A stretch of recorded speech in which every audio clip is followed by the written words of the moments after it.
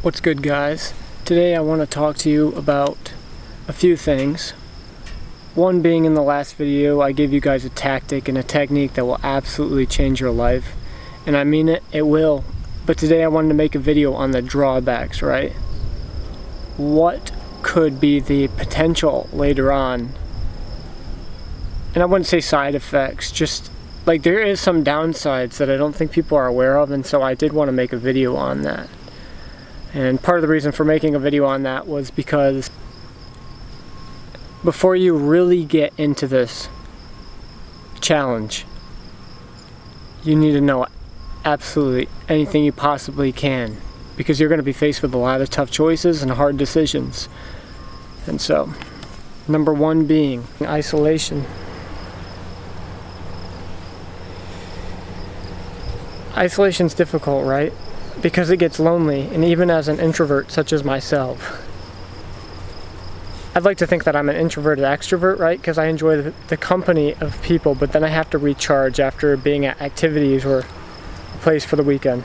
The big thing about that is with monk mode, you're isolating yourself from society. Not just materialistic possessions, but society in general. And a lot of people aren't prepared to do that. I mean, you literally have to give up everything that you were either raised with or that you've grown accustomed to, and you're denying yourself the pleasures of this world. Part of the reason of denying the pleasures for yourself of this world are to see the true beauty in life, to see the true beauty in the things to come, to enjoy nature, to get out there and enjoy everything that this world has to offer. But the biggest thing that I could tell you is that isolation is your enemy. You're going to be isolated and you're going to have to get used to it, and you won't really know what to do. You're going to have to get used to being comfortable with yourself, being alone by yourself. And I talk about this over and over in my videos, but not a lot of people can do it because we're raised as humans to have that interaction. We're raised to have consistent interaction with others. So the moment that you start depriving yourself of withdrawing from human interaction, you have to learn to be with yourself. You have to learn to be present. You have to learn to live in the moment and enjoy where you are at with yourself. So the biggest thing that I could share here is that you need to find a balance, right? You need to find a balance between being independent and still maintaining some sort of connection.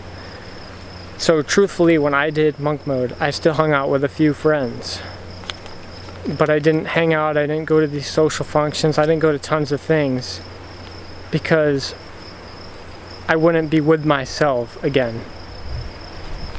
And so it's okay to have friends, it's okay to be,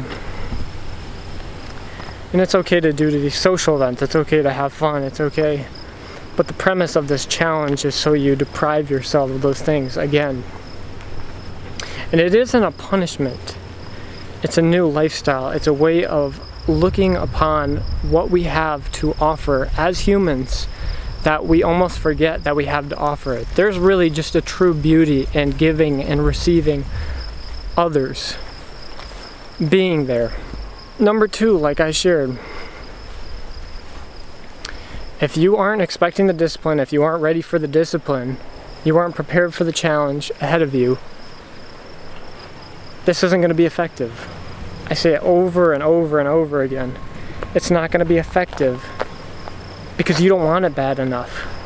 It's like that saying, if you want it as bad as you want to breathe, you'll go after it. Same concept. If you want it so bad, you'll make it happen. No excuses. It's a mentality. It drives. It pushes. It's momentum. It's a force. You need to realize that if you commit to this, if you commit to this challenge and this lifestyle, not only will it change your life, but like I said, that's why we're sharing the downsides, but there's going to be some downsides. It's a roller coaster of emotions, really. Number three is that it's going to give you the biggest wake-up call of your life. You thought you knew who your friends were before? The friends that don't keep in contact with you during this, you know, you got to really question things, because if your friends are just partying and you're not about that partying lifestyle anymore, why be around them? If they don't want to be productive, if they don't want to build you up, if they don't want to encourage you, why be around them?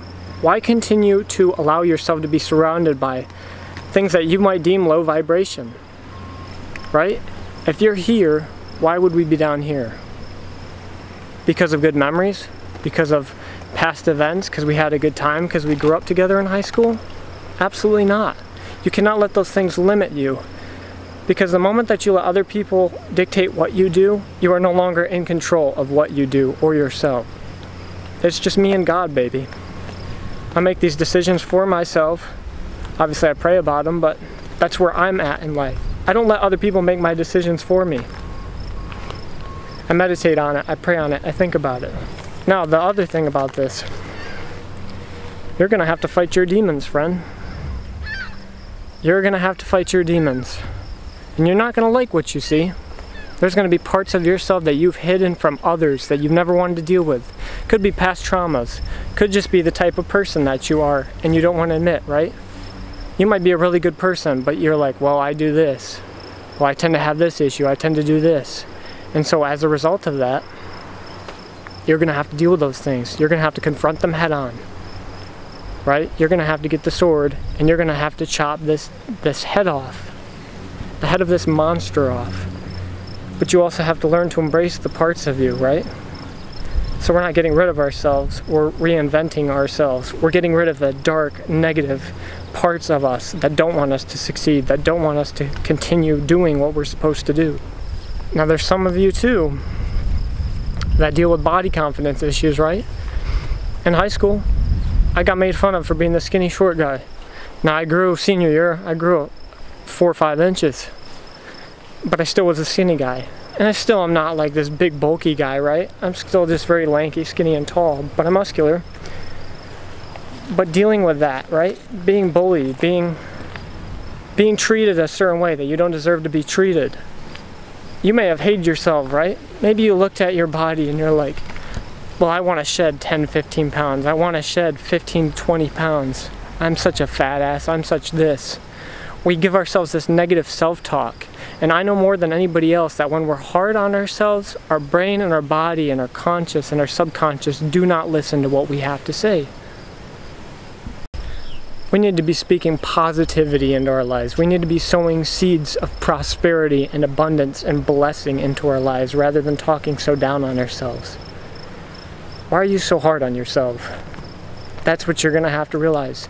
You're going to have to take a look at the man or the woman in the mirror. And you may not like what you see, but it's time to confront those things. When you take up this challenge, you're taking upon you that lifestyle, the choice to be different, the choice to change. Everything you wanted is right in front of you. You just have to go after it. And most importantly, it's going to test your character. If you thought you had strong character now, wait till you're done. Give it a year, right? And I want to go more than a year, because anything over a year and you start socially isolating, you're going to run into some issues. I'm not saying you're going to become antisocial, but you're going to have some issues assimilating back into society, right? Don't be a hermit. Please don't be a hermit. There's enough Little Mermaid remakes in this world that you don't have to be a part of them. But I think the greatest thing that I could learn from it, not only is the character building, right? But it's going to weed out the people in your life that don't want you to succeed, that don't want you to grow, that don't want you. Real people, real friends, right?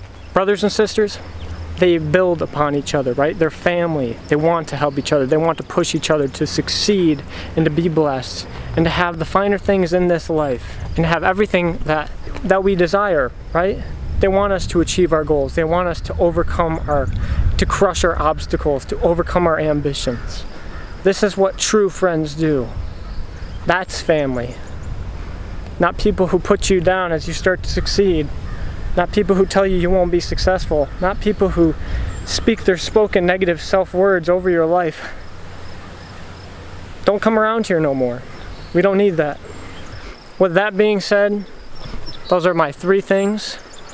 I guess you could call them setbacks. Whatever you want to call them. I call them tough love principles.